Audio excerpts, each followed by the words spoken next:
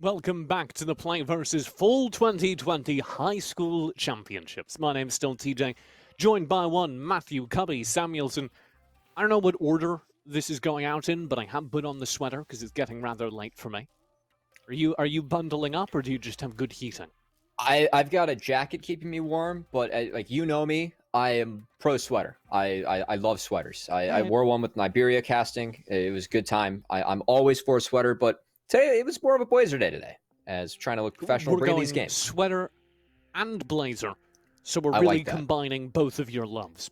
Speaking of things you love, let's talk about League of Legends. We are into yet another state final. Let's talk about how it's going to go down. It will, of course, be a best-of-3 series here on Summoner's Rift, one of our 29 state and regional championships. Matt, tell me more about these two teams.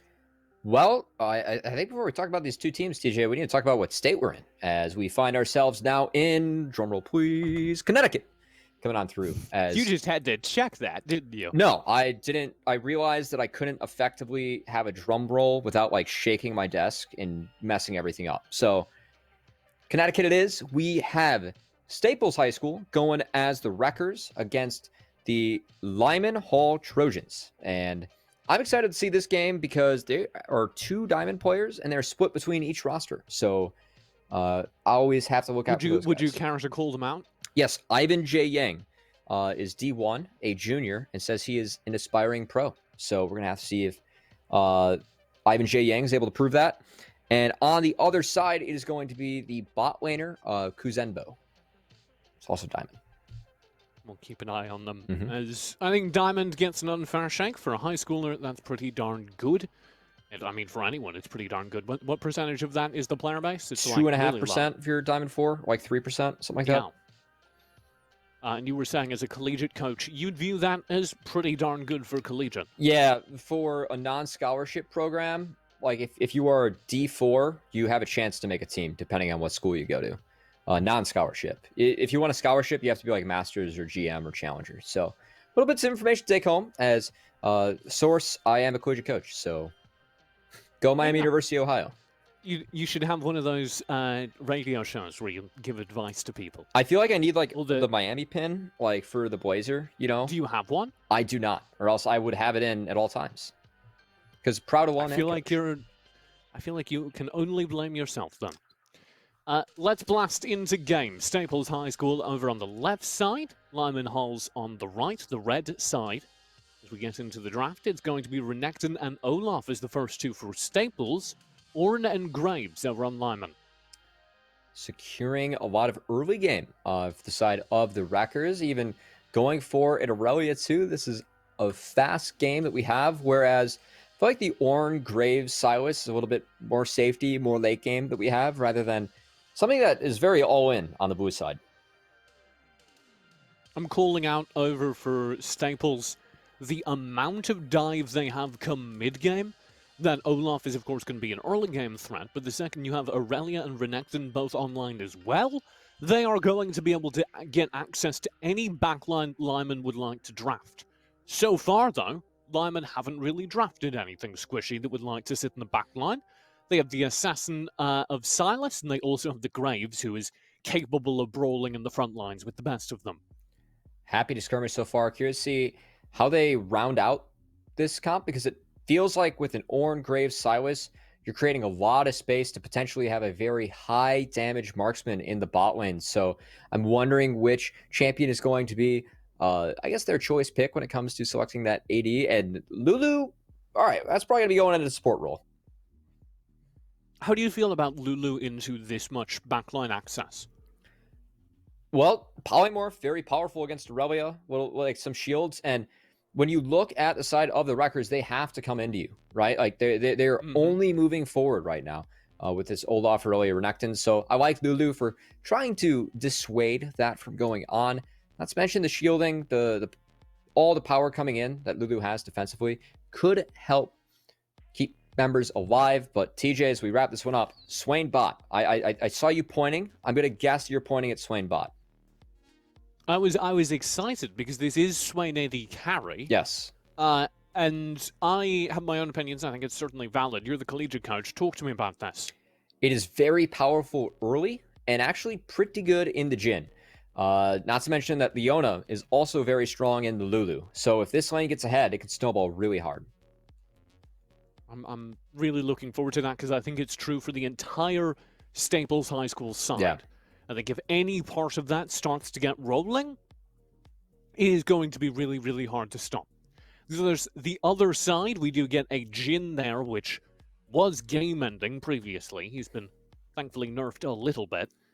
Alongside a Lulu, though, there's still the potential to get out ahead and dominate. So I think we have a very, very simple narrative. Rolling. It will be terrifying. If they are not, then Lyman High School, I think, will be fine. Well, no Nunu in this game. We're going to have to see which way the snowballs roll. Both these teams I hit get the it, rift. because he's got a snowball. Oh, thanks, dude. Honestly, I forgot my own Really reference there unenthusiastic. halfway through. Yeah. Thanks, Cubby. Look, it's been a long day. I just low tolerance for puns right now, okay? Oh, man. I'm holding it together, bud. Undertow landing. Could have a level 1 flash possible. Or an little flash over the wall. And that will be all. Like the fact that Olaf is being utilized for his early power. Those undertows, so powerful, level 1. TJ, we're going to have to see if this blue side squad, the Wreckers, if they can wreck through this early game. Yeah, Graves level 1, let's go, baby. They were thinking about it. Neither side particularly wants to go for that, unfortunately for us. And so everyone will back away. The only casualty of that early game is Aspiring Otaku's Flash. I'd say the Graves might be somewhat compromised as well, as he is going to be taking this red buff not on 1 but 2 wards coming on through, making sure that you're able to see Graves. Double division right there. Yeah, that's a big one. We're going to see which way he goes as well. So Olaf, potential for him to make an aggressive play, reading the pathing on this Graves, is an option coming on through. That extra bit of information informs where the enemy jungler is likely, and if Ivan J. Yang's position is known, of course Staples can play to that awareness and put pressure where he isn't, or try and catch him off in his own jungle. TJ, honestly, I'm pretty happy to see Jhin. We've casted quite a few of these high school state championships, and I don't think we've seen Jhin yet. And it's a champion that is very strong, and being played by a lot of teams throughout amateur and collegiate. Happy to see it coming on through here as a pick, and curious to see if it's able to look pretty good, because it's a champion. I know you mentioned it was nerfed. I still think it's very strong. I was going to ask you about that, because in my mind, Jhin is pretty balanced right now. He can get out ahead and be a monster, but so can a lot of AD carries. So, talk to me about that. Tell me how you currently are feeling about Jhin. I really like Jhin with teams where supports can roam, so I'm not as thrilled seeing it with the Lulu, because he doesn't get as much from something like the attack speed steroid her W gives when he caps upon an ally.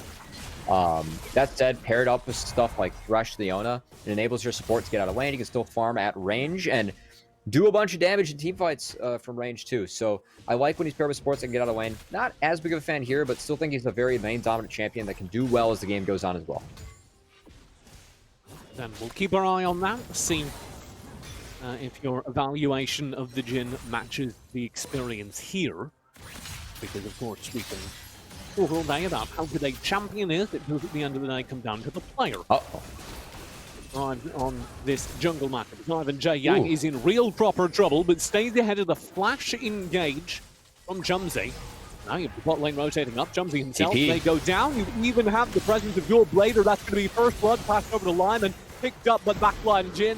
And this is going to be S3L dying as well. Oh no. This is a complete disaster for Staples High School. 3-1 in the kill feed. A dominant step up for Lyman.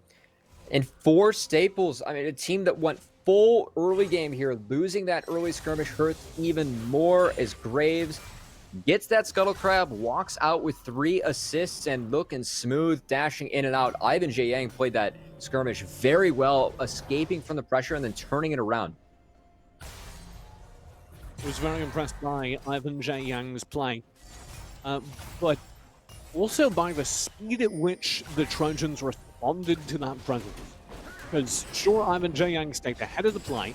You also had Dual Blader rotating in from the mid lane. You also had the bot lane knowing that they had an opportunity to cut off the escape coming up the river. Just genuinely fantastic positioning across the board. Good play coming out from the Trojans. What we like to see. The team play is coming on through, right? We still feel like, even with the differing levels of individual play coming on out, team play is still what we have seen take these state championships. And good start here for the red side, making sure that those rotations come on in, these TPs land, and walking out with a very big win in the early game. I think one of the big takeaways from the Play versus tournament so far has been how impressed we have been by the team play at this high school level. Hold this forward, and looks like we have rules across the map. Nothing comes to the top lane one. Dual Blader also manages to walk away here in mid. But as a collegiate coach, we often remark that the talent is there individually at the collegiate level, but the team play lacks. And so it's been very impressive to me to consistently see that here at the high school level, the team play is absolutely here. And that separates a lot of the good teams from the great teams that we have at the collegiate level. Meanwhile, Graves can get out of this later. one. Rotate in. Yet again, a fantastic bait there, played by Ivan J. Yang. Able to bait the line, reel it in. Allowed Dual Blader to pick up the kill. Very sensible of him to allow that as well. Gets Dual Blader back in the lead in his lane. Up top, Aspiring Otaku will go down. Unfortunately, falling to Sunny D with flash available nonetheless. So I think he could have gotten away from that.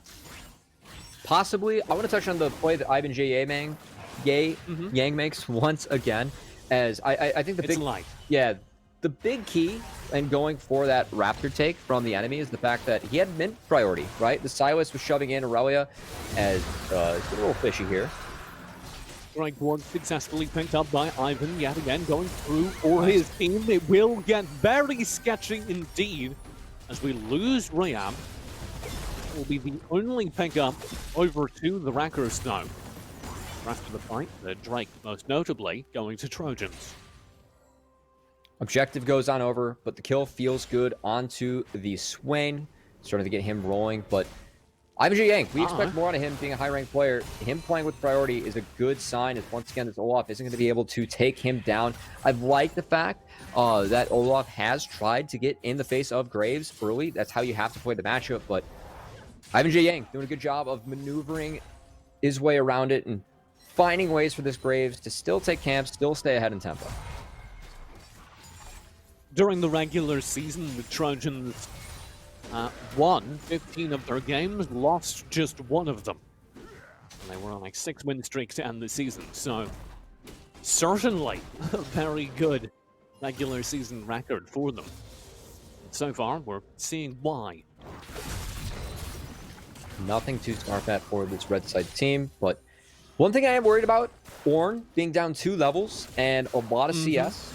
I know that Ornn is a champion that he's going to be Ornn no matter what happens in the later games, but Renekton, if he's able to pressure this lane more, it could be a path for the Wreckers to get back into this one.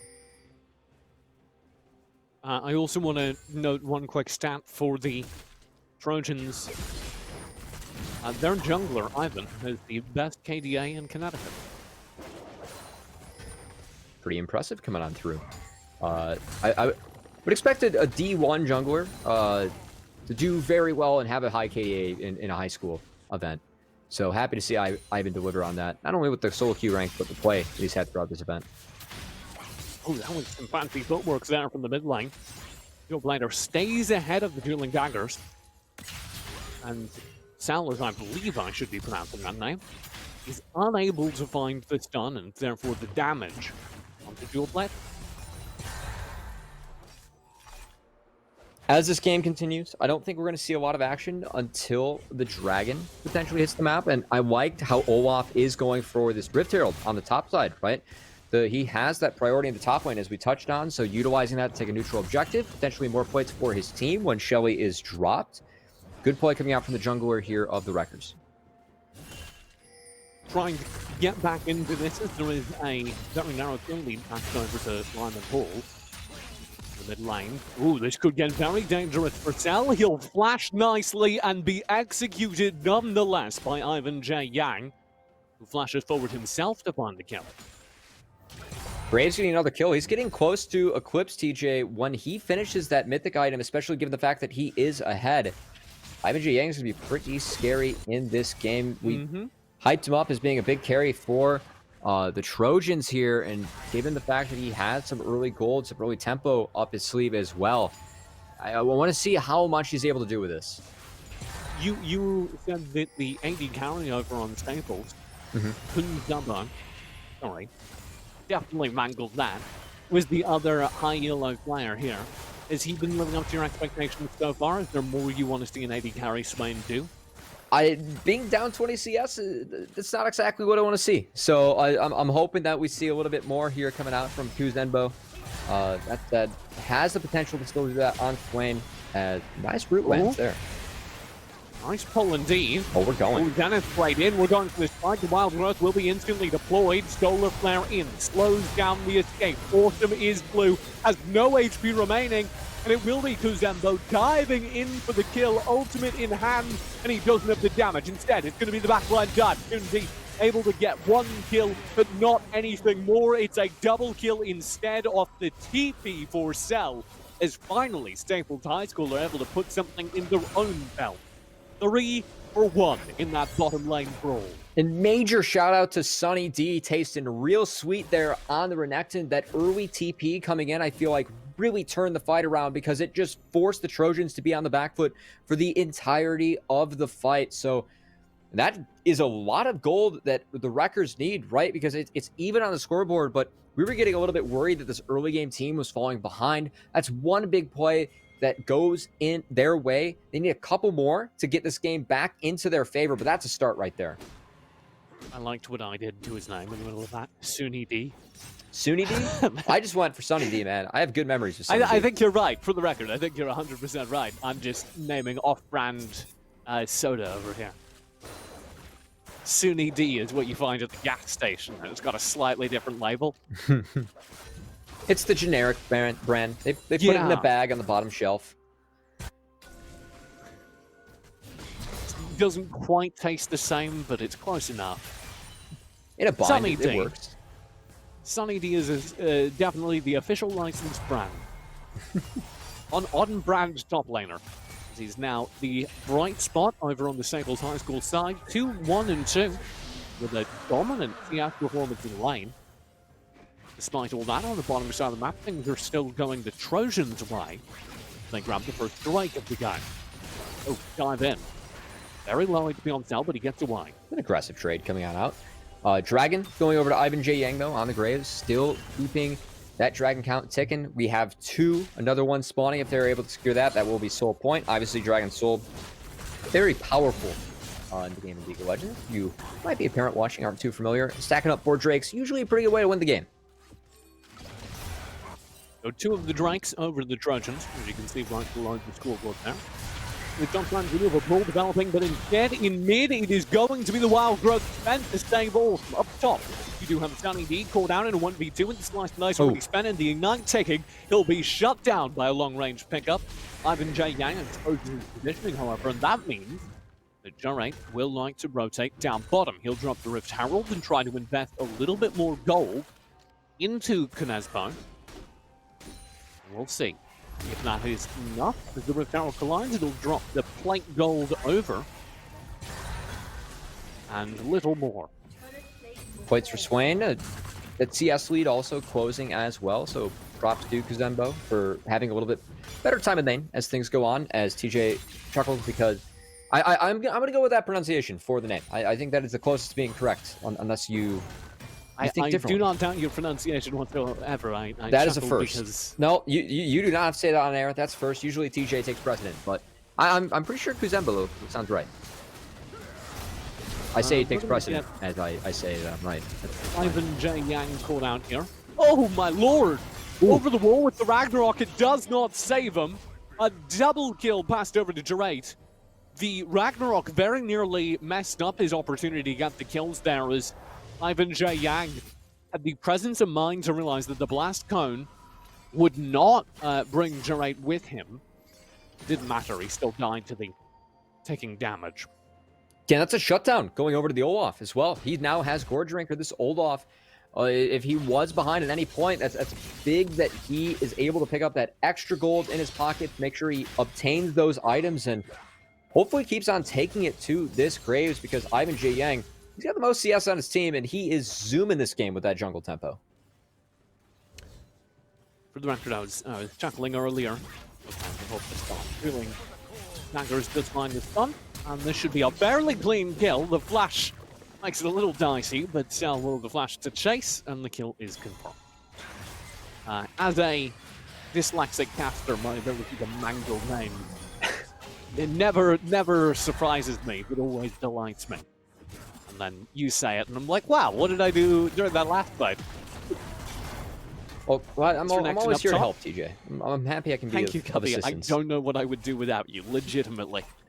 Can you just read for me all the time?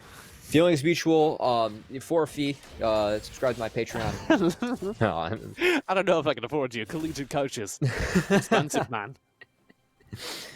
Just kidding. As we do take inventory of the map, TJ, I believe that Dragon is it's about 90 seconds away from being in objective, and I think that's where we're gonna have the big break of a fight. Usually around the third Dragon is where both teams say, all right, it's time to throw down the gauntlet. No matter what's happening in the early game, we feel like we have to contest this one. I mean, the underneath the turret versus an Ornn is always sketchy, but Connecticut is one of the few characters that can get away with it. In the meantime, Vanguard's Edge will be blown in mid lane. Jewel Blader goes down to an excellent duel from Cell. Underneath the turret, it'll be Contendo trying to stay alive. Be shut down nonetheless by the big damage from Jin. That fourth shot absolutely detonating players. Up top, it'll be another kill to Sunny D, and down bottom, we get both bottom lane players cleaned up. Kumzi dying underneath the turret to the long-range poke from Ivan J. Yang. Blood across the map. We have people going down, top, mid, bottom, doesn't matter. Overall, I have to say the Wreckers, they're going to lose this tower, but they still feel pretty good because Renekton is having a great time in that top lane. He is destroying this Ornn. Really good play coming out from Sunny D, and he is the gold lead right now. So look out for this Renekton. If the Renekton's in fight, probably going to go the way of the Wreckers if they can focus down whoever decides to stun. Oh. That recall was on a ward, so you could see Sunny D recalling that whole time, and Joe Blader was really considering whether or not he wanted a piece of it. This is 3 Dragons. They're behind. Dangerous. BP in, that's from mid lane. Joe Blader wants to take break. Will go over to Lyman Hall. Trojans as they try and take this fight as well. So far, not great. Their support down. Rive already missing, but the kiting is very, very good for Ivan J. Yang. He's lost his mid laner, but he's done so much damage. His blue falls, they don't have an AD carry anymore. A lot of kills now playing to Konzenbo. The entire fight past to Wreckers, but they do lose the third Drake of the game, putting the Trojans only 1 Drake away from the soul. Ivan J. Yang, he wasn't able to get involved after that initial engage after taking the Dragon. He got zoned out the bottom side of the river. He has the majority of the gold on that team, and the fact that he's not able to be there doing that damage, that is a huge break for the Wreckers, and good play coming out from them. TJ, this is what we were looking for. Yes, they're down 3 Dragons. That's not ideal, but 4K gold, gotta feel good being in their pockets. A very good gold lead to the Wreckers. We will see whether or not they're able to convert it into much in the late game. That is where everything is on the line. Lyman Hall are counting on the fact that they can scale into the late game, plus the advantage they have in Drakes to win them out. Wreckers have to be counting on the fact that they've got that 4,000 gold lead and therefore should have an advantage in fights. Okay, TJ. Deep breath. No Dragon, no Baron. We've got Baron coming on the map in a minute. The next Dragon is going to be very important, but before that, I don't see the Trojans really forcing it. It feels like they are scared to make a play, but also they're pretty far behind at this point. The Wreckers have been playing really, really safe as well, though. We haven't seen either team really taking risks. I think the most aggression we've seen is when Ivan tries to start scraps in the bottom side of the map. And of course, up here where Sunny D has been pouring some soda pretty constantly. He's would you say that like he's overflowing the soda pour coming on through? Like it's too I much? appreciate you trying to make my idiom work because it didn't make a whole lot of sense, so I appreciate you trying to make the connection. Maybe we can say that this top lane is getting fizzy because Sunny D is shaking it up. Oh, there it is. See, I can always count on you, That's TJ. where they pay me the big bucks Yeah, for. I can always count on you, TJ. There we go. Driving that one home. You can always count on me eventually. Sunny D will be a little shaken here by the close pass of the Ornhorn. Right on the left, indeed, shooting engage versus Andrew Yang, and he does a lot of damage. Ivan Yang, sorry, kiting back as the Renekton will fall. And that will be a successful kill to the presidential candidate. The Wild Growth backs him up. Ivan J. Yang, I really appreciate the buffer coming through on the collateral damage, that he buffered the stun. If you guys don't know what buffer means, it's when there are channels. Some abilities are channeled in League, and if you get CC during the channel, the ability still goes through. So the fact that he's able to cast that at the right time, the stun doesn't go through, he's able to still move. And Ivan J. Yang looking pretty good. Now, TJ, you have to give me time to think about how we can incorporate, a UBI joke, since you brought up Andrew. Oh, dear Lord. Yeah. It is too late to be casting League of Legends, I will tell you that. I am holding on by a thread here. We keep a closer eye on me. If you can get just like a censor button and just mute me whenever I'm about to say a name, I think the broadcast would be better. Mid tower falls for the side of the Trojans as they take a little bit of control back on this map. That's going to be an important tower to knock down. A lot more space to maneuver around the Baron and the Dragon. Oh, that blast gun doesn't work. I think the blast gun was intentional there. I think Drake didn't want there to be a way for the enemy players to catch up to him. Oh, now Vanguard's Edge will come through, and the missing blast gun means there's no escape from a beautiful team fight. Wombo combo. The Trojans lose 3 players in an instant, and it could get worse. Their top lane is firing Ataku, barely survived. Staples would like a Baron. That was such a beautiful engage coming out from Stel. I mean, that's why he's got the 3 in his name, right? The three members are falling into the traps of the Aurelia, all dancing throughout that fight. The follow-up was there. Good team play coming out from the Wreckers as they come into this one second in the conference at 13-3, TJ, but they're looking to pull an upset here. Game 1, Baron, 7k gold lead. Now, that Dragon's going to be theirs as well, which is very important for the side of the Trojans. All of a sudden, they've really taken control of this game. That was a scary good team fight. That was a sick engage coming out from Cell. Oh my gosh. Yeah, the Vanguard Edge, as you say, just sets it up perfectly. There's no way for the Trojans to get out of that tight-packed AoE area. And then between the Solar Flare, the just AoE damage coming in from Kunzembo, and the Ornhorn tearing in, trying to save the day, and being cancelled by the pressure. There was just nothing that the Trojans could do. I'm very impressed with that engage and the follow-up coming out from Cell. The Wreckers looking real good in that fight. They're going to have to continue that one because if there is any way for the Trojans to get back in this game, TJ, it's going to be time. Time is their friend. They have the Lulu Jin. They have the Ornn. Once those ornaments start coming on in, things are going to get a little bit more difficult. And so I think the Wreckers, they really have to keep their foot on the gas, try and push this game through and wrap it up before those big items come on. It is the holiday season here. Wrapping paper. I love ornaments, man. Like that is, I know that was like LS to said at first, but I will forever call them ornaments because it feels like gifts. The Ornn upgrade items. Yeah. Yes. I thought you were just professing to a great love of holiday ornaments, and I supported that as well. I'm also a fan of ornaments, but I like the ornaments with two ends. You know. We're trying to say them differently, and I don't know that. It is my turn to be dyslexic, TJ. That is what's going on right now. It's not normally how dyslexia works, but hey, sure. Got something else going on there. I don't know if we have anything for that. Pressure from Staples in the mid lane will threaten this turret. They, of course, still have the Baron in hand, so you'd like to see them do something more with that, but Staples have been unable to connect with any real damage thus far. You can see what the true purpose of this Lulu might have been, buffing up Ivan J. Yang a little bit more, as I like the fact that he's getting those buffs, stepping forward, getting some damage off. Here he's running for president. Got half his Possibly. supporters. He did say that he wants to be a professional League of Legends player, so potentially this is the start of his campaign. I like it. You're bringing it home. I think that's a good point. Lulu functions very similar to the Yumi. If you remember Yumi Olaf being terrifying. Oh, without taking the turret. A dive! The slice and dice finds the kill. That is terrifying. Sunny D grabs himself a turret and a shutdown onto the AD carry. The Trojans He's gonna get out too. looking for retribution, and he's just slipped away into the night.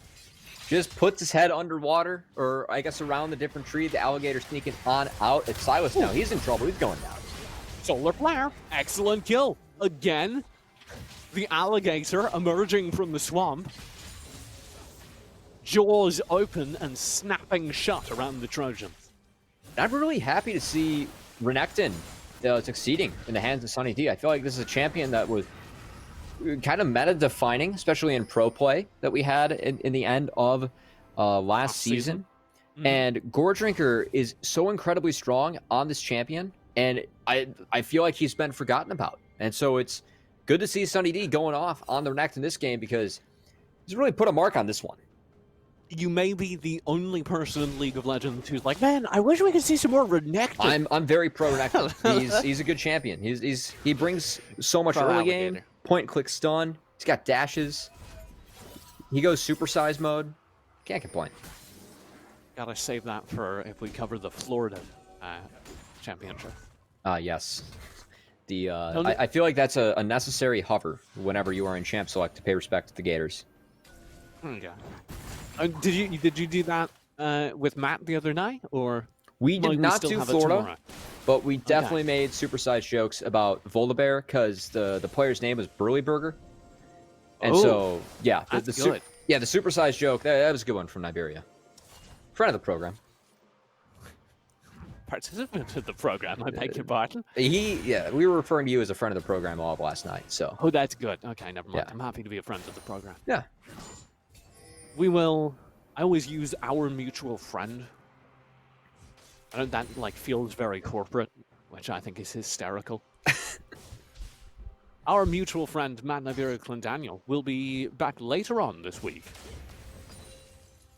Me and him will be holding down, I believe, the final day of games this week. Or with me today and tomorrow. So maybe we can get the Florida Gators.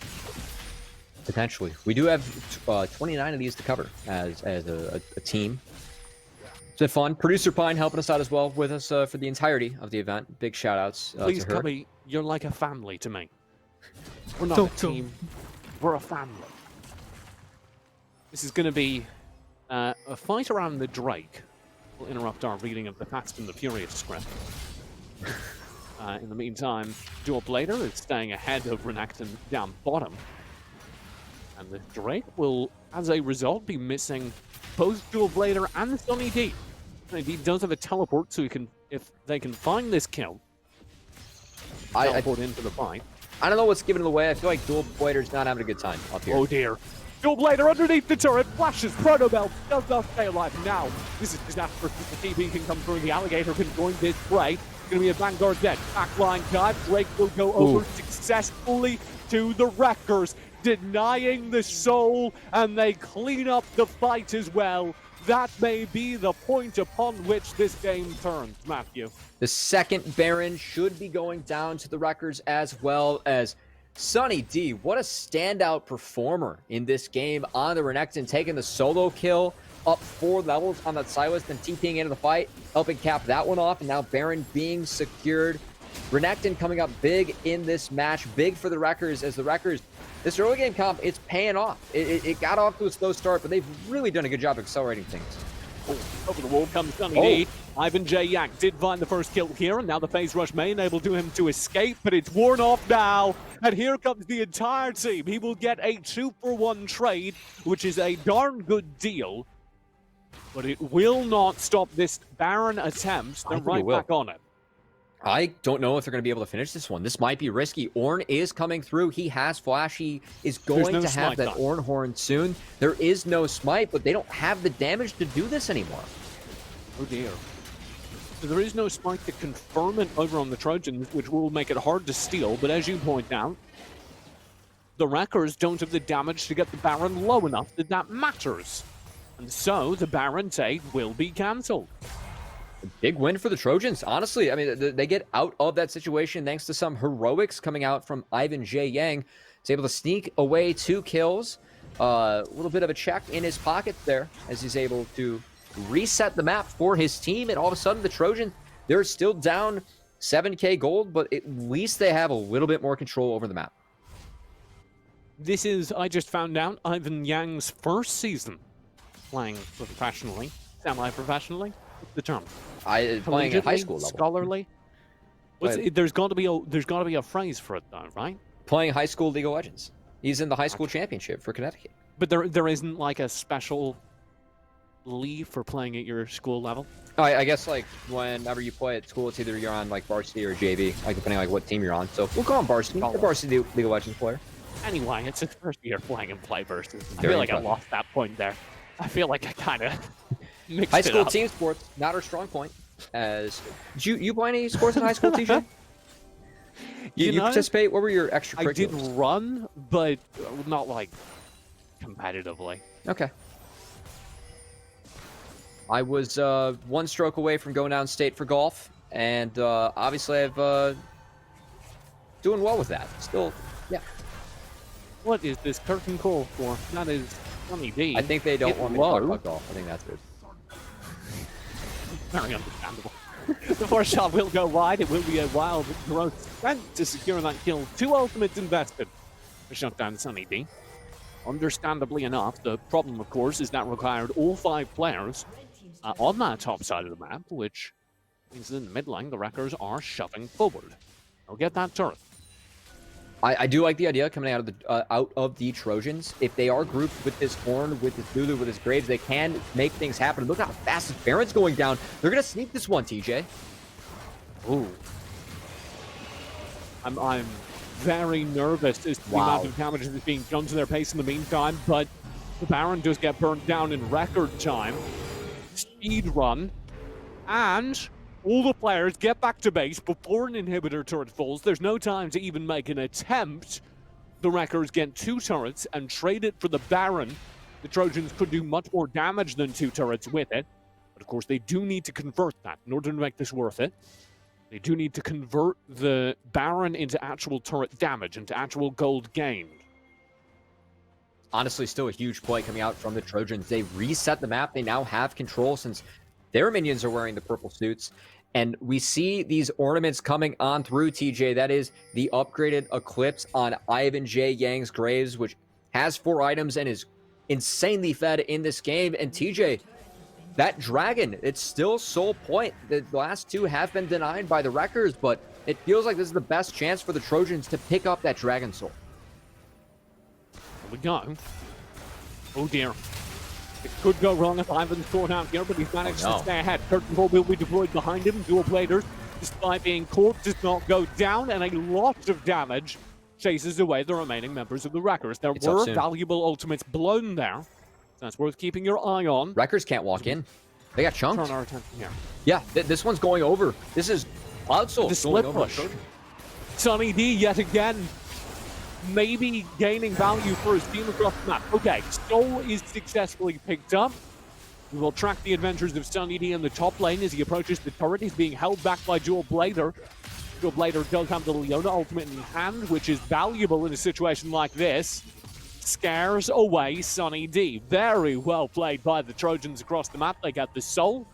The Baron gets them a turret as well. I think that evens things out and is a positive trade for the team, especially considering that they are a late-game scaling team. The longer this goes, the better for the Trojans. The Trojans are back in this game. They are down 5k gold, but the gold value of the ornaments coming on through, the gold value of the Cloud Soul now on their team, they have a couple members that are very far behind, so I mean, all eyes, they have to go on the Ivan J. Yang. What can he do with these Lulu buffs, and what can he do with these 6 items that he has amassed for himself in the jungle?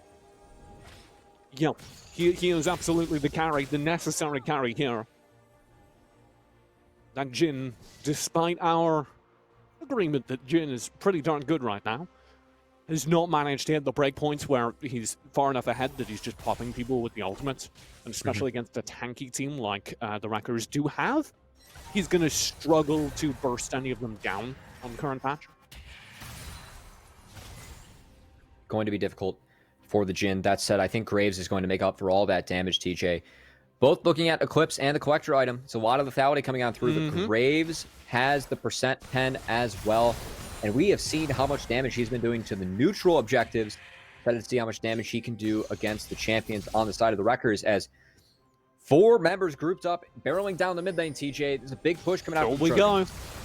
A big push indeed. TP available for acquiring a top hill if they decide to join this fight, and they do. And we've got Stunning D is hard shoving on the split, so keep your eye on that. They will TP back into this fight now.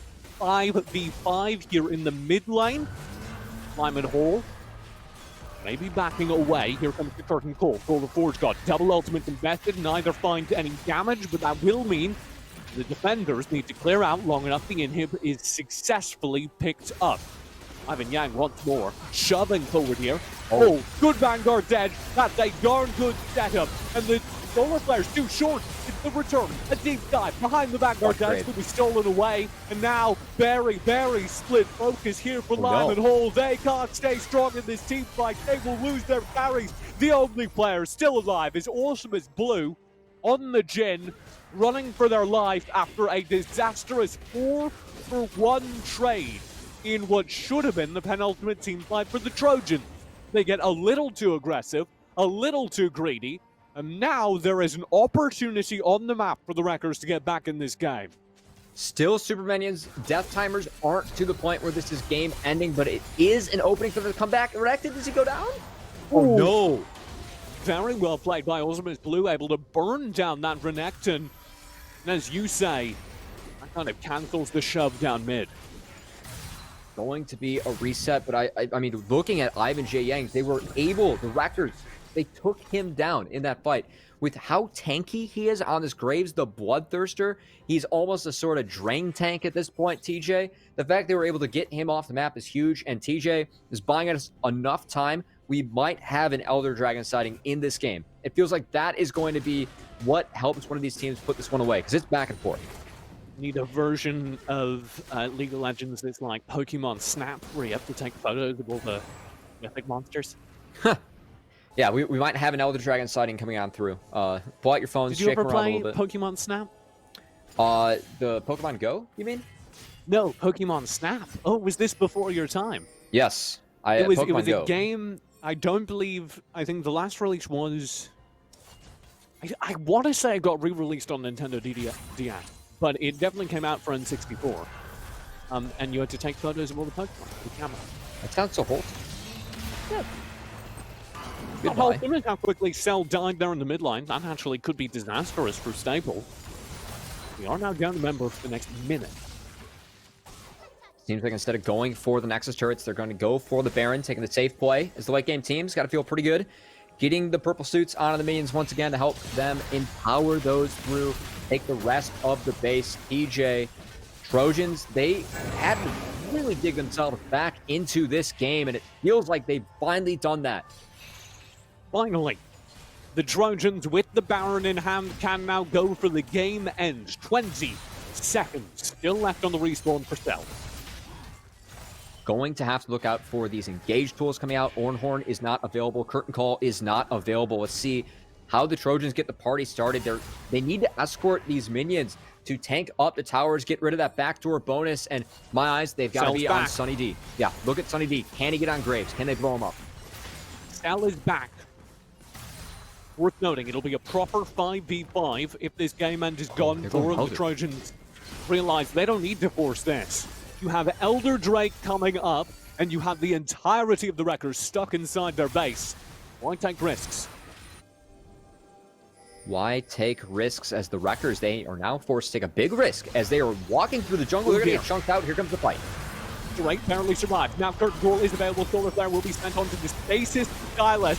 And the double stun, huge dueling daggers, the team fight spins towards the Wreckers as Drake dominates in the front line. Contendo into the back lines, will find the squishy target. A double kill to him. The Renekton going huge in the front line, but Ivan J. Yang does not fall. Still alive here, burned down at close range, gets a triple kill before finally Drake manages to clean up the final 2 kills and is the only player left standing on Summoner's Rift. Still, the Baron is shut down, and he is not going to turn back for those minions. Instead, challenging the Elder Drake to a 1v1 to save Staples High School's game. So if Drake takes this, the only person that will have the Elder buff is going to be the Olaf. Not ideal, but still, taking this off the map, denying it from the Trojans, it's big, and we see it this game, TJ. It's the Trojans. They're really struggling to find a way to end this game. Graves had to dance around that fight. He got cut off at the Krugs wall, wasn't able to take that one down as we have TPs coming in. Things might get even crazier, TJ. Over the wall! Oh my god. He does not steal away the Elder Drake. It is kept inside the hands of Drake. Can he survive this fight with it, though? We will find out. Opts to back away, not engage into the 1v2.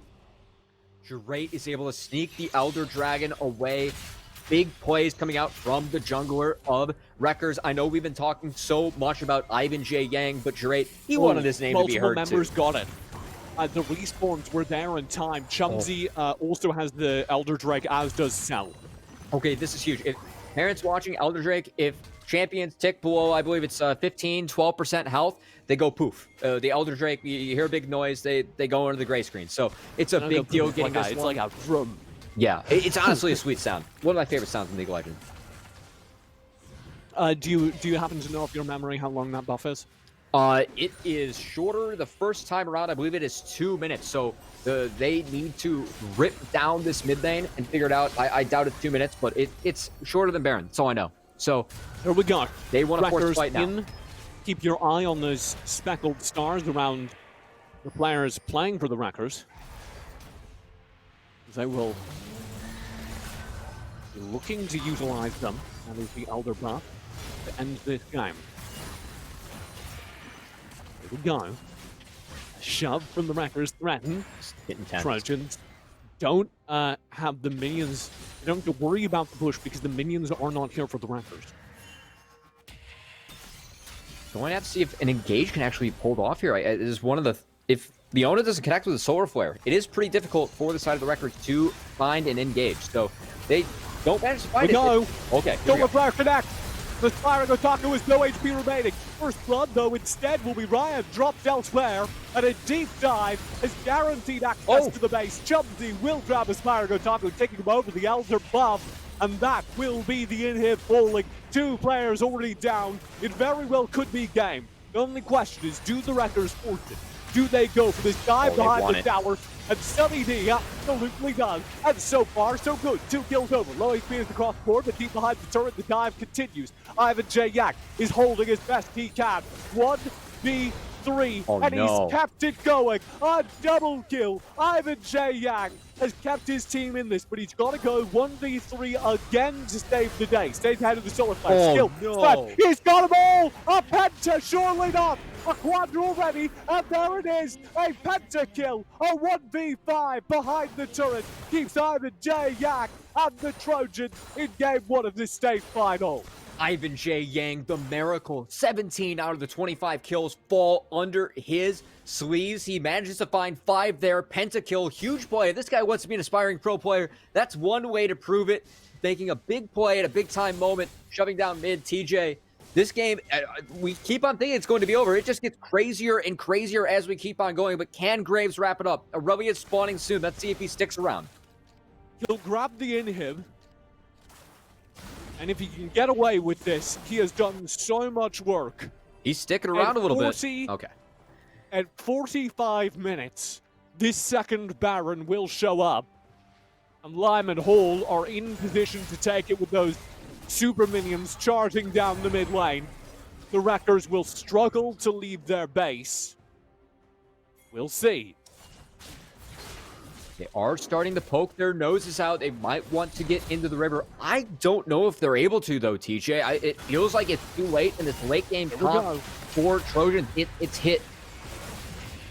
Baron in hand. Trojans secure it. The Wreckers cannot get close in time. Baron going to last for the next 3 minutes. This is the power play the Trojans were looking for. Only one Nexus turret to go, TJ. The Wreckers are on their final breath. Are they going to be able to pull this one out? For the game, possibly the final push. Trojans have reached this point twice before. Choked on their victory both times. And it's looking very similar in terms of the approach. This time, though, Ivan J. Yang has got into his punishment. Got huge damage indeed. He's already gone. Forcibly framed to kill. A double kill. A triple down to him as the backline holds this time. Ivan and Awesomest Blue managed to win out the fight. And there you have it. Game 1 of this best of 3 state final will go to the Trojans from Lyman Hall. 45-minute back-and-forth game. TJ couldn't ask for much more to start off the state championship, and Ivan J. Yang coming up huge for his team. That pentakill, what a play coming through from this player, and I feel like the way that he was able to drag his team back into the game and then clean it up when it was under pressure, that was one of the crazier plays I've seen in competitive. Absolutely. Ivan J. Yang single-handedly saved that game. And you might be noticing that my green screen's off center right now. It's because I was standing up while I was casting that, and I got a little excited and jumped around and tore it off center. Very much so. I that's why I have the divider, no green screen, just blue side strats right here. TJ. I bet you could knock it. I bet you could knock it down. I bet I've done it before. If you were a play-by-play, that's why I didn't know. Yeah. Proud of you. I've never done this before. This isn't a new high. I'm excited. We get another game of that. Don't go far. We're going to take a lightning-fast 5-minute break. I'm going to fix my green screen. We'll come back. It's game 2 of the Connecticut State Finals after this.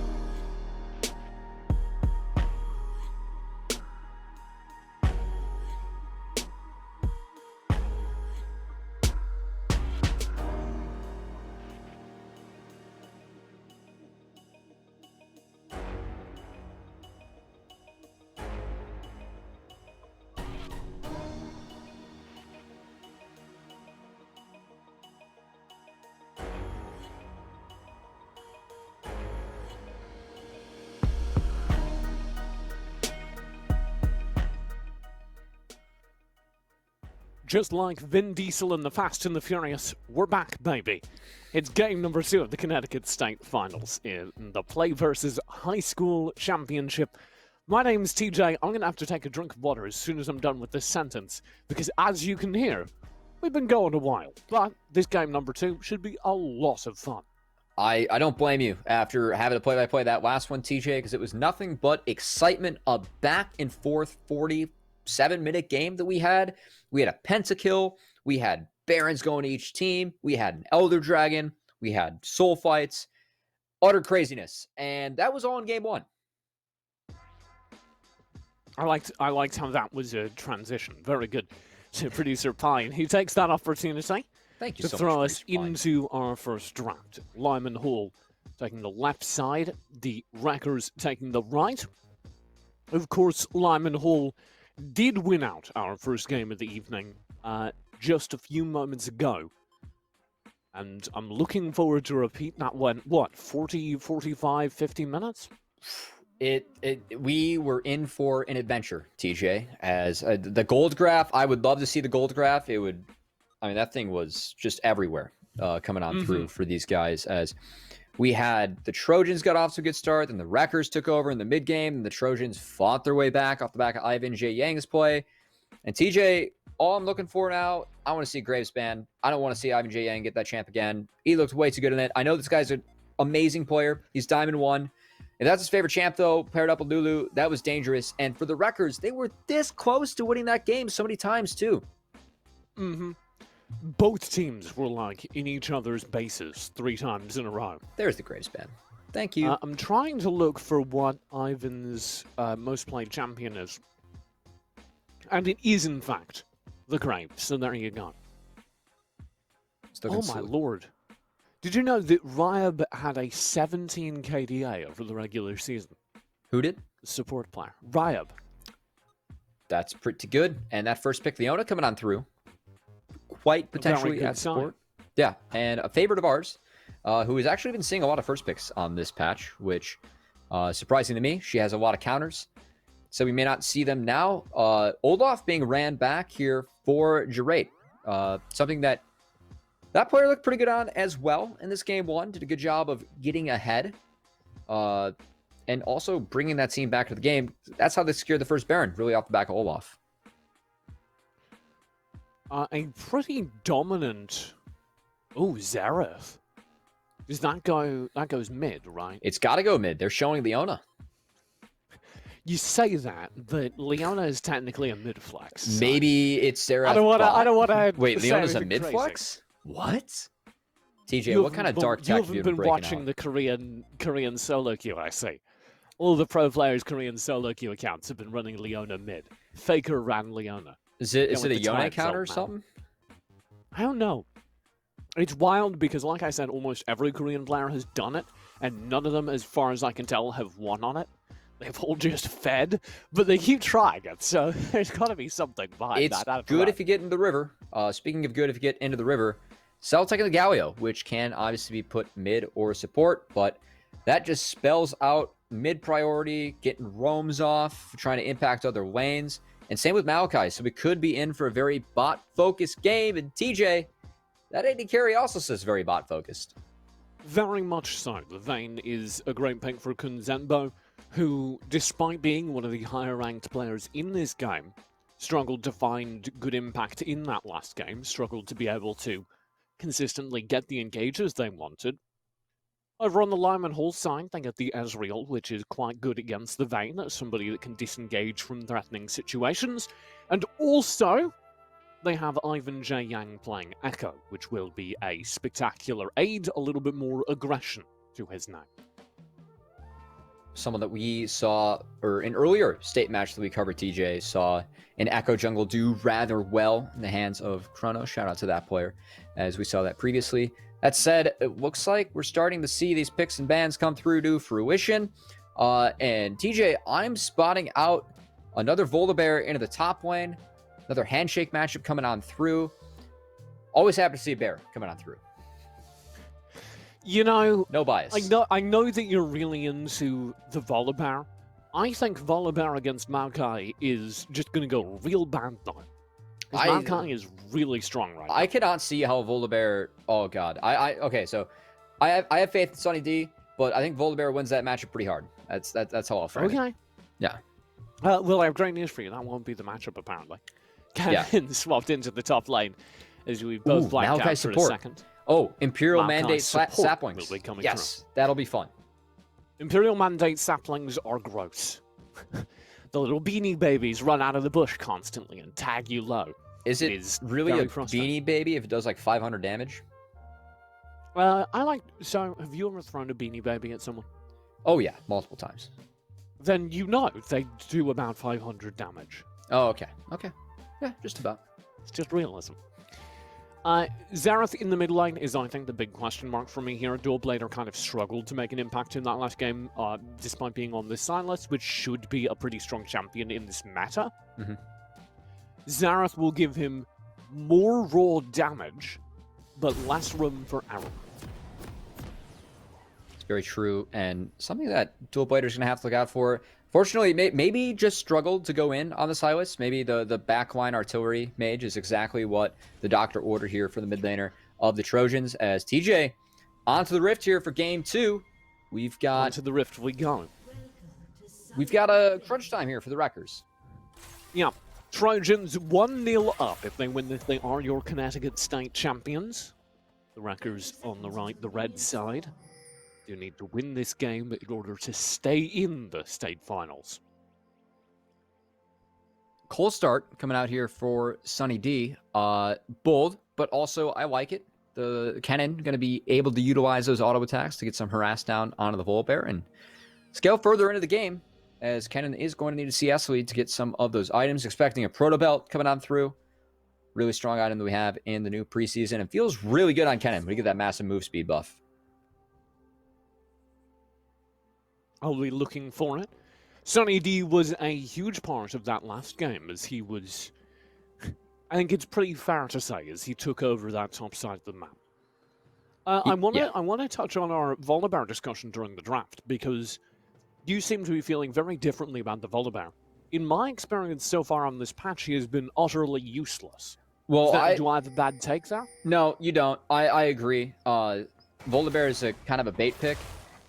But into Maokai, I was a fan of it. But now that it's into Kennen, I'm not a fan of it anymore. I think that you're right on, TJ. But you might be jealous. Niberia and I, friend of the program, obviously bringing him back up. We actually got to cast an Udyr game the other day.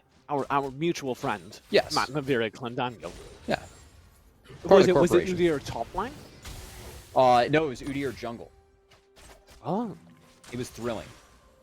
That doesn't sound that thrilling, to be honest. Well, it was exciting to see an Udyr actually get picked in a league game, and then we remembered why Udyr isn't often picked in a league game.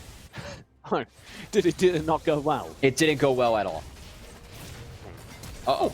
Speaking of things not going well, Flash seems to be burnt in the first few seconds, and actually Konzenbo, single-handedly saves Chumsy there.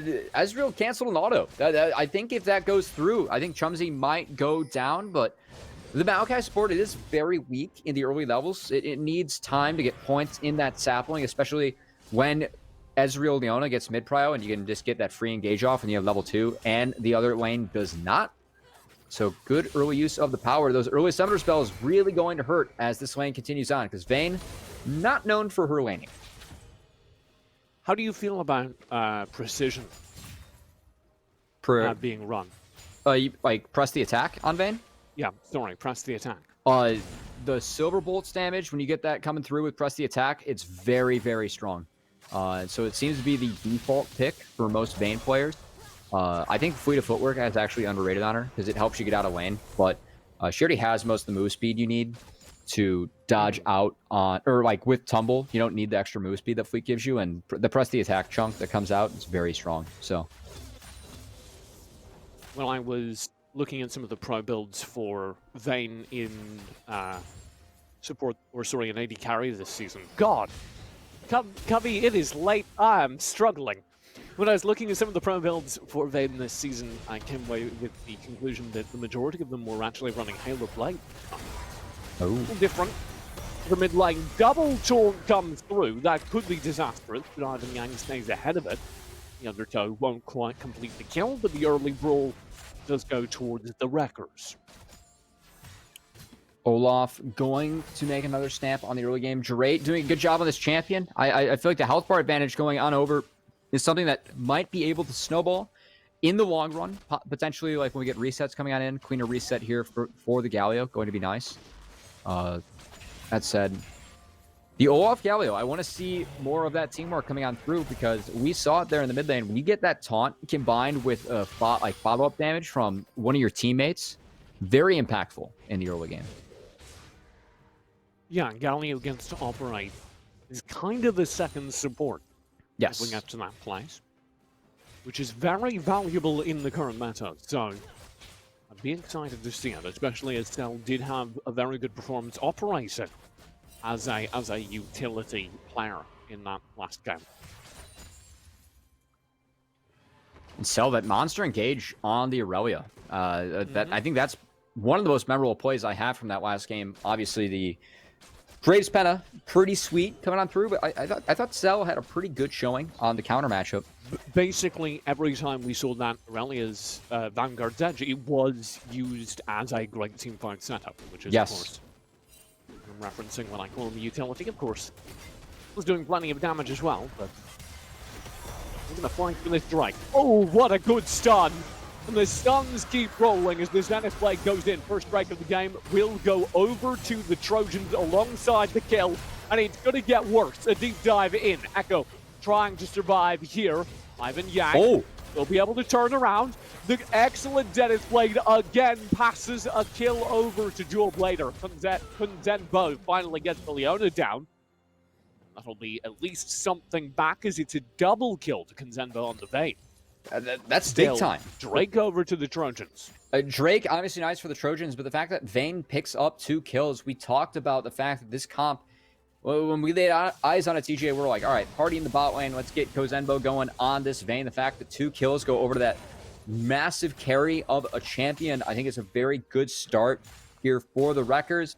That said, the early game, that wasn't the issue for the Wreckers in the last game, right? It was just the fact they weren't able to clean up the massive lead that they had. Yeah, and let me issue a hot take. I don't think, if Autumn is Blue decides to play safe here, I don't think you're going to be able to blow them out of lane. Ezreal is very safe when they would like to be. What worries me is that Staples High School did win that bot lane last game, if you remember. Yes. And it didn't really result in any noticeable changes to the map. We didn't actually see Kunzenbo carrying any of the fights. Now, they were in a kind of a weird position on the Vayne or on the Swain carry, but I'm not convinced that the positioning in teamfights is there, that an ahead Vayne will make that much of a difference. Well, I personally hope that Kazembo proves us both wrong, as I am all here for an interesting game of League of Legends. I think it's much more interesting when the players playing at their highest level. Kazembo did get ahead early on the Swain. I think that that champion was also kind of limited. The fact that like Graves is able to dance in and out of all those fights. Definitely, Kazembo now has the ability to do that on the Vayne in this game. On the other hand, though, Echo is not exactly known for his static play in teamfights, so... That's very true. And Ivan J. Yang already ahead. Yeah, we'll have a chance for a repeat performance there, as he did pick up one of the kills in that last engagement, as well as the Drake. Very good performance as well for Ryab, which shouldn't be missed. We briefly talked him up for his KDA and kill participation during the regular season. Oh yeah, I'm here for the Yona play. Good the Yona play, always here. Saw why. And TJ, I have to say, Volibear, I think you're winning in the top lane. Not doing great? No, you're winning. Yeah. I may be winning, but the Volibear is not doing great. Yes, correct. As those storms coming in on the minions, obviously not ideal. The Kennen, all the range, the damage coming through for Sunny D, being played out pretty well in the top lane. Ivan did rotate down here towards the bottom, but decided there weren't any opportunities to make a play. And moreover, I don't think too many resources should be dedicated towards that bottom lane when there aren't objectives to fight for. I think it's dangerous for Ivan to take any fights there that aren't very, very high percentage ones, if that makes sense.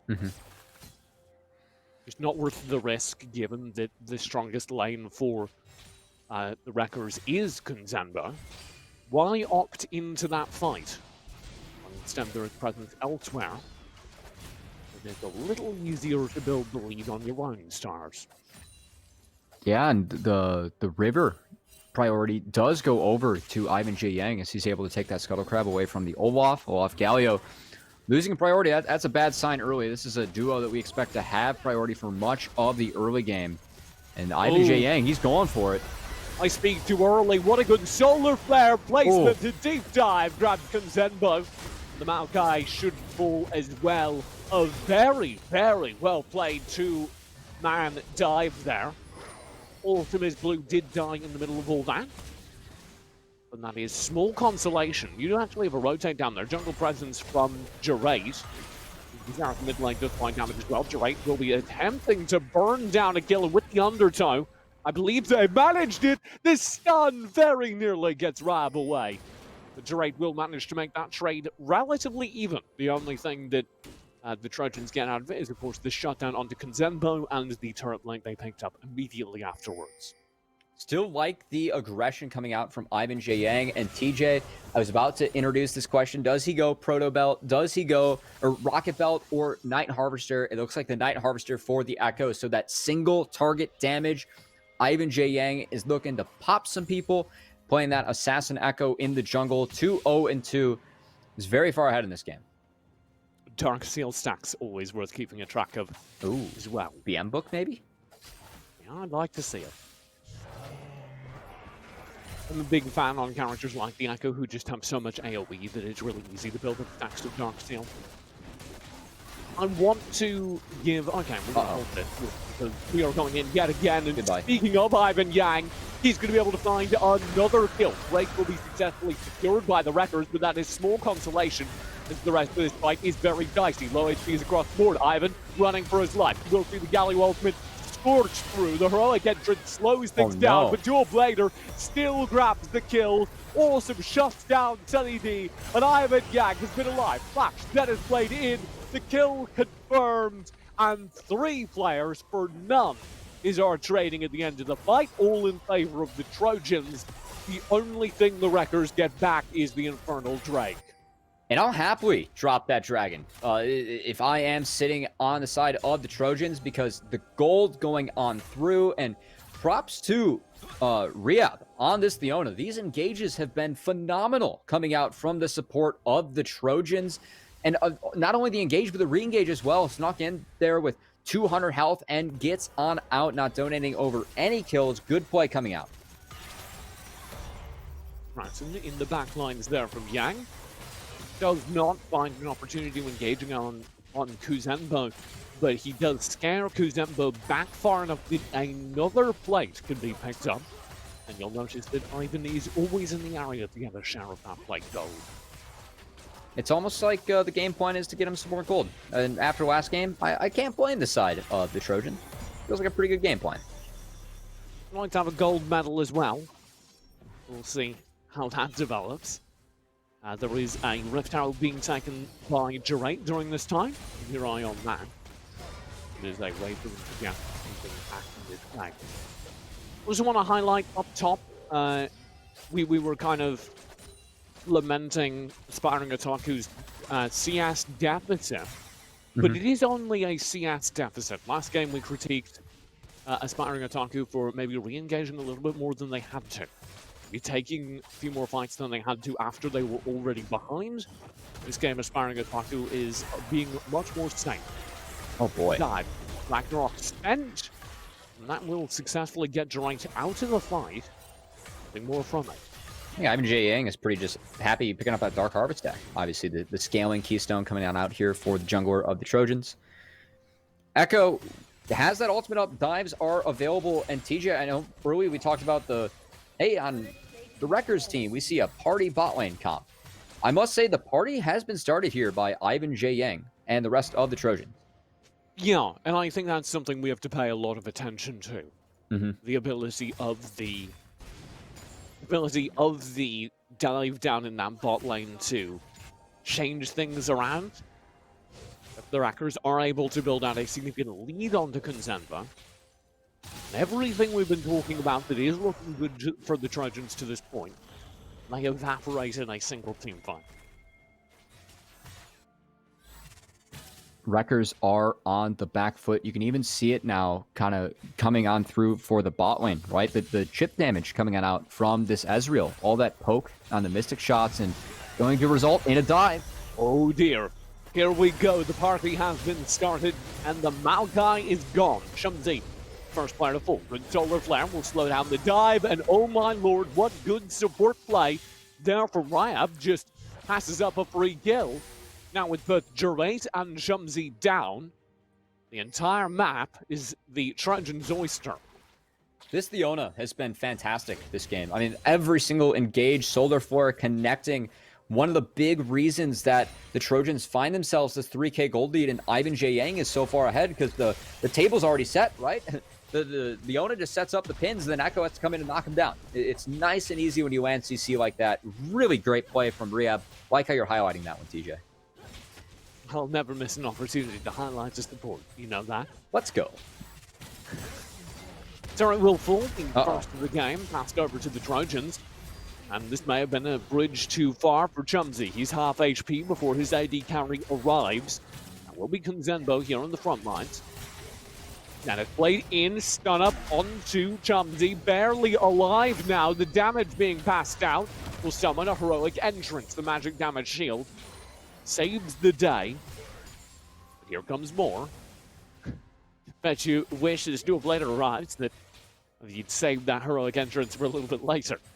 Magic damage shield won't be necessary. He's unable to land any big damage, but you can see that this bot lane is thoroughly zoned back. The turret is taken, and there will be no attempt to punish.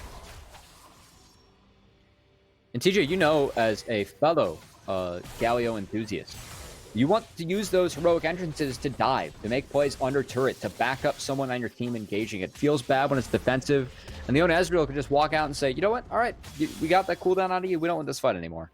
And that means another turret there as well as the Drake. So that really has spiraled out of control down bottom there. And sure, he's winning up top. But I would have liked to see him maybe go for a risky teleport there rather than just continue trying to get something in their own lane. This is going to be big damage through, maybe a successful kill as the Rift Arrow goes in. Duray trying to close this out. Sunny D will find the pick, and that turret will fall. Of course, in the meantime, two turrets were picked up down bottom alongside another Drake. The Mountain going over to the Trojans and keeping them in a pretty firm lead. Inspiring Otaku, as we like to call it, taking one for the team. Play going on for Dragon. He doesn't have any friends in the top lane and ends up going down as Xerath also taking a surprising amount of chip damage. Can Kennen turn this one with an ultimate?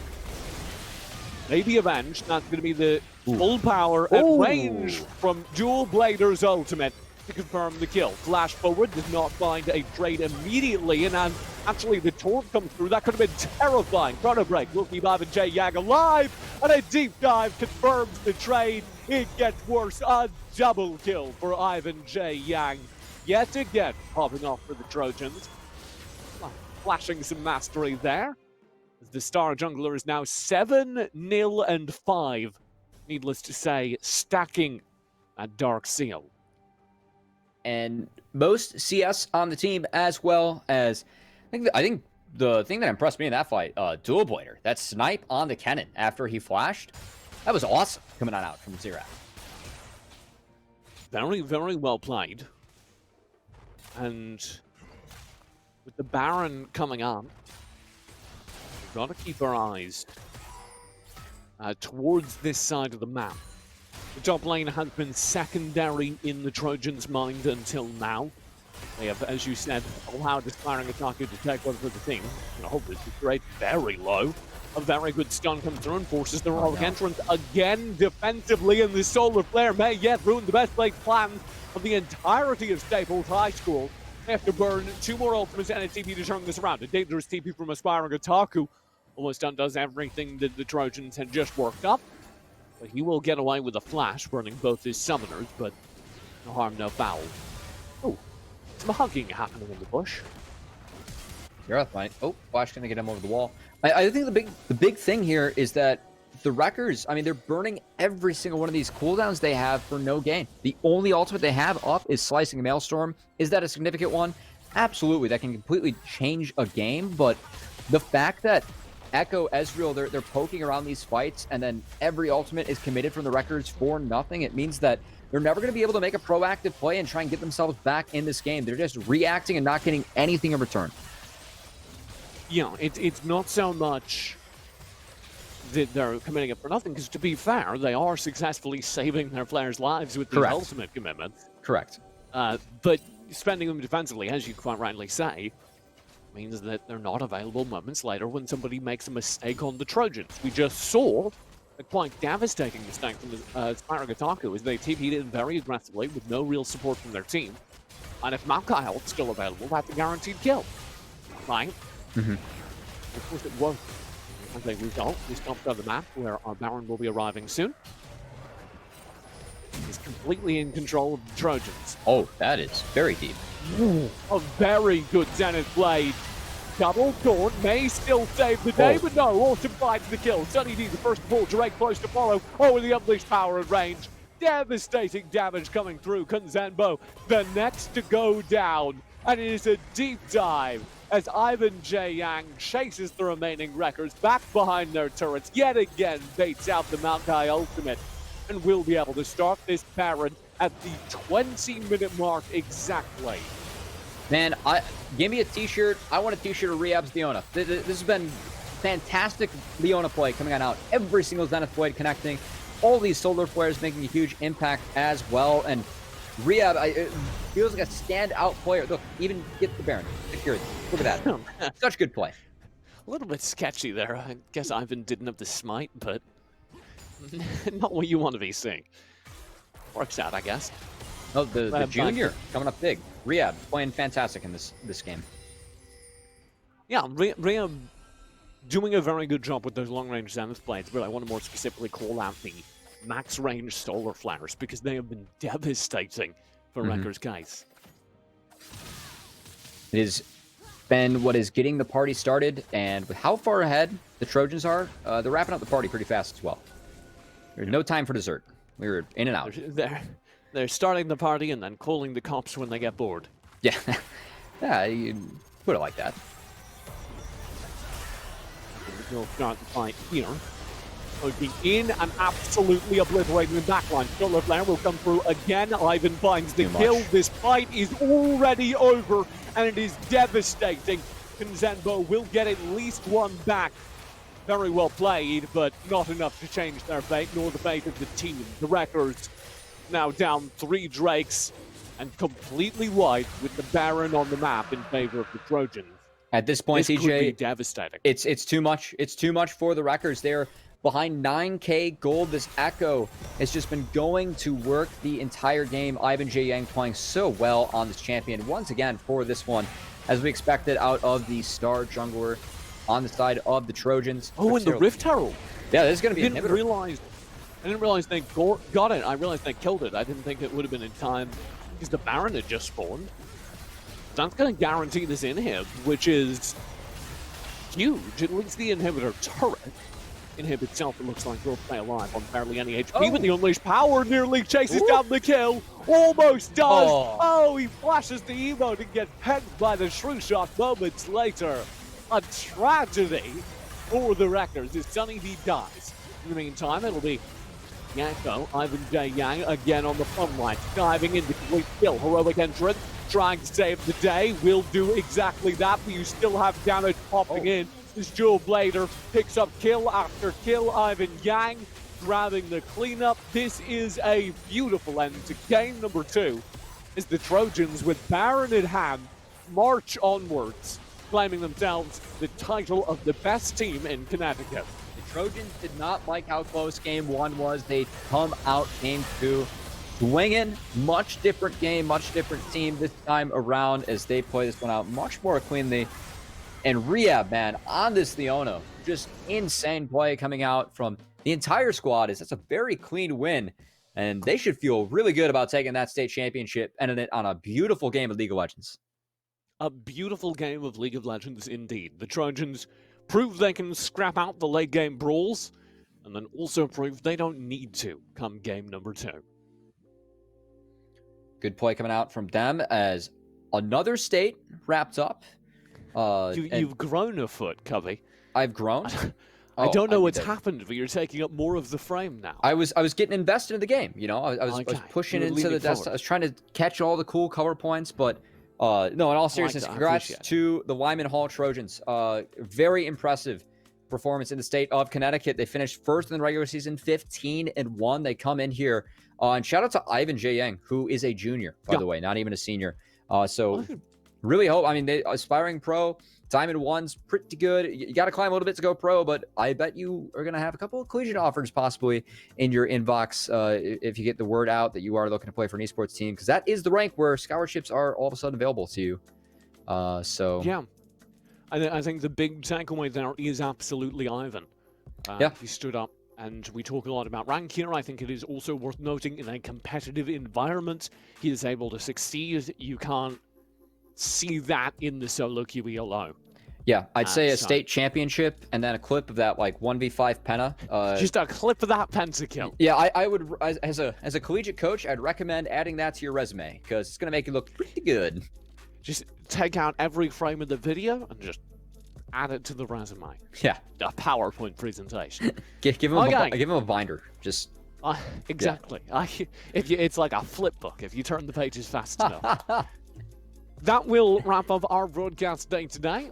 Before we do, though, I hear Ivan is a junior, so he will presumably be playing next season. If he would like to, he can sign up right now. That's again over at playversus.com for our spring 2021 season. It kicks off March 1st, and you should be sure to enroll today. You can sign up to compete in our first season of 2021. Your chance to take home a championship. I'm going to go rest my voice. As you can probably hear, it does need it. Thank you very much for joining me today. Cubby, our producer, was Pine. We will be back with more Play Versus after today.